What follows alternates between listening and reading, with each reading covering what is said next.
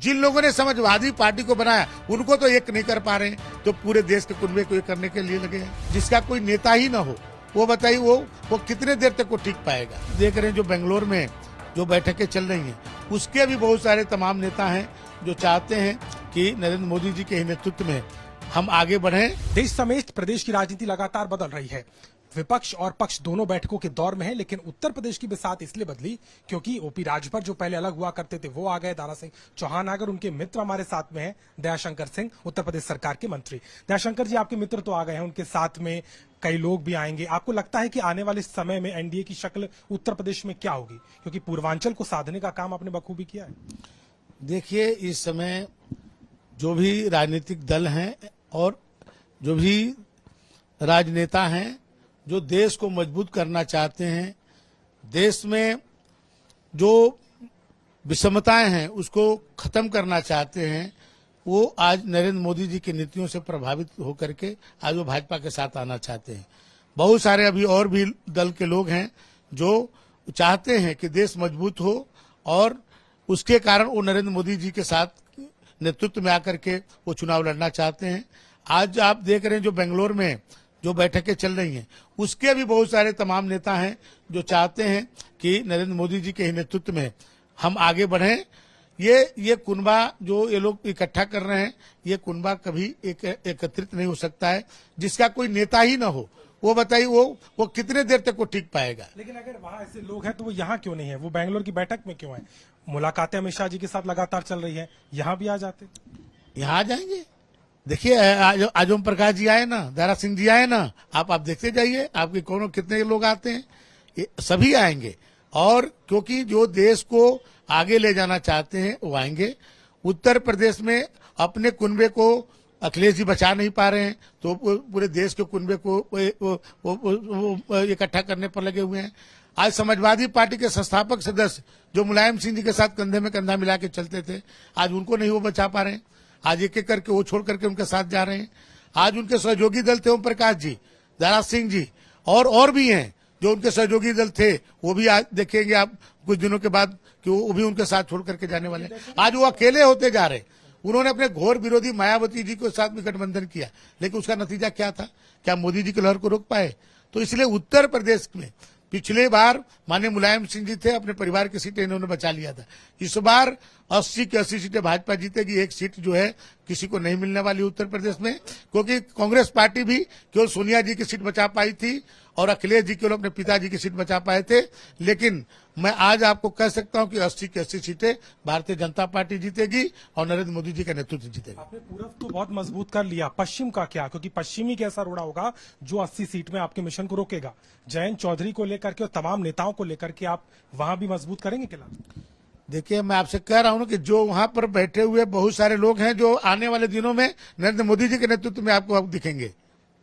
बहुत सारे लोग आएंगे जो भी देश को मजबूत करना चाहता है, जो भी कमजोर दलितों वंचितों को न्याय दिलाना चाहता है, वो सब नरेंद्र मोदी के साथ हों। जो लोग अब आगे उन अपने साथ में एक भार भी लेकर के आते हैं। अब्बास अंसारी सुहेलदेव पार्टी से विधायक हैं, क्या भारतीय जनता पार्टी उनको अपने साथ रखेगी या उनके भविष्य का क्या होगा? आपको लगता है ऐसे लोग? अब्बास अंसारी समाजवादी पार्टी के थे।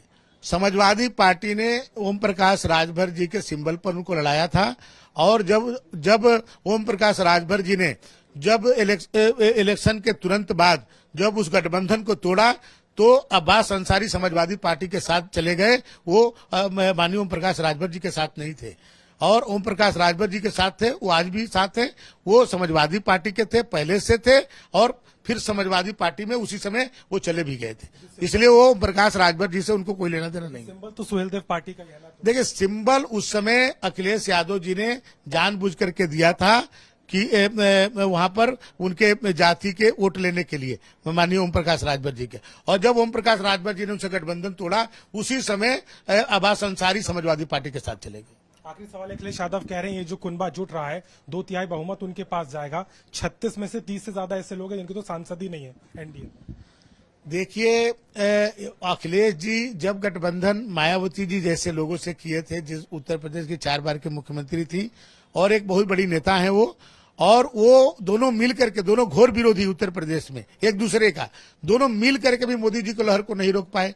तो अब बताइए तेलंगाना के चंद्रशेखर जी का उत्तर प्रदेश में क्या वोट है, ममता बनर्जी जी का उत्तर प्रदेश में क्या वोट है। अब उन लोगों को लेकर के यदि वो उत्तर प्रदेश में अपने को मजबूत करना चाहते हैं, और मुलायम सिंह जी के संस्थापक सदस्य, चाहे वो शत्रुघ्न प्रकाश हो, चाहे बेनी जी अब नहीं है उसमें, चाहे अभी रेवती रमन सिंह जी घर में बैठे हुए हैं, जिन लोगों ने समाजवादी पार्टी को बनाया उनको तो एक नहीं कर पा रहे हैं, तो पूरे देश के कुनबे को एक करने के लिए लगे हैं। तो यहाँ उत्तर प्रदेश में उनको एक सीट नहीं मिलने वाली। मैं आपसे कह रहा हूं इस बार मैनपुरी सीट भी उनको नहीं मिलने वाली है, दूसरे तो छोड़ दीजिए। तो जब 80 की 80 सीटें जब उनको नहीं मिलेगी तो ये कहां से ये कुनबा जो है सफल हो पाएगा। लेकिन ये भी कहा जाता है उनका साथ छुड़वाते और अपने साथ अपनी सीट नहीं बचा पाए उत्तर प्रदेश में, जो आजमगढ़ इनकी परंपरागत सीट मानी जाती थी, वो सीट को तो बचा नहीं पाए वहां पर, क्योंकि कोरोना काल में एक दिन आजमगढ़ में विजिट करने के लिए नहीं गए।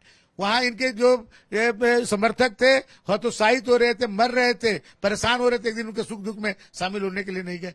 तो जो आदमी अपने वर्कर को, अपने कार्यकर्ताओं को ठीक नहीं रख पाएगा तो क्या वो पूरे जो है कुनबे को संभाल पाएगा। तो ये कहीं उत्तर प्रदेश में नरेंद्र मोदी जी की 80 की 80 सीटें मिलेगी। और मैं दावे के साथ कहता हूं कि जिस तरह से देश की आजादी के बाद नरेंद्र मोदी जी ही एक ऐसे देश के प्रधानमंत्री हैं जो अपने काम के बल पर आगे बढ़ रहे हैं। 2014 में जितने वोट से जीते थे, 2019 में उससे ज्यादा वोट से जीते, और इस बार आप 2024 में आप देखेंगे कि उससे भी ज्यादा, मैंने क्योंकि अभी तो लहर है इनकी, इस बार सुनामी बहेगी। और मैं आपको कह सकता हूं कि अब तक के देश का सभी रिकॉर्ड आज टूट जाएगा नरेंद्र मोदी जी के नेतृत्व में, क्योंकि देश का मान सम्मान स्वाभिमान जो नरेंद्र मोदी जी ने बढ़ाया है। और विपरीत परिस्थितियों में आज देश की गरीब जनता को कोई रोजगार छूट जाए, नौकरी नहीं मिली, लेकिन कोई भूखा नहीं रहा, कोई ये नहीं कह सकता कि मेरे घर में एक चूल्हा न जला हो। नमक तेल और चीनी तक की व्यवस्था, अन्नप्राशन से बच्चे से लेकर के बिटिया की शादी तक की चिंता, गरीब के मकान की चिंता, माने उसके घरों में आज जो है गैस का चूल्हा है, उसके घर में बिजली है, ये सब चीज का जो स्वच्छता, उस घर में शौचालय है, ये देने का काम किया तो नरेंद्र मोदी ने किया। इनका मुकाबला कोई नहीं कर सकता।